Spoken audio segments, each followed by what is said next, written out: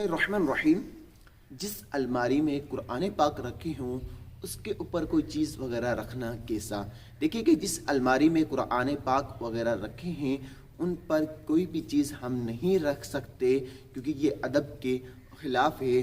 बहार शरीयत में भी इसी हवाले से सदरुल शरिया बदरुल तरीका मुफ्ती अमजद अली आज़मी रहमतुल्लाहि ताला अलैह ने इरशाद फरमाया कि अलमारी वो अलमारी के जिसमें किताबें वगैरह हों तो उनके ऊपर भी हम दीनी किताबों के ऊपर कोई चीज़ नहीं रख सकते, तो कुरान के ऊपर बदरजा ओला हम कोई चीज़ नहीं रख सकते जिस अलमारी में कुरान पाक रखे हों। और फतावा रज़विया में भी इसी हवाले से है कि जिस अलमारी या संदूक में जो है कुरान पाक या दीनी किताबें हों उन पर हम कपड़े तक नहीं रख सकते।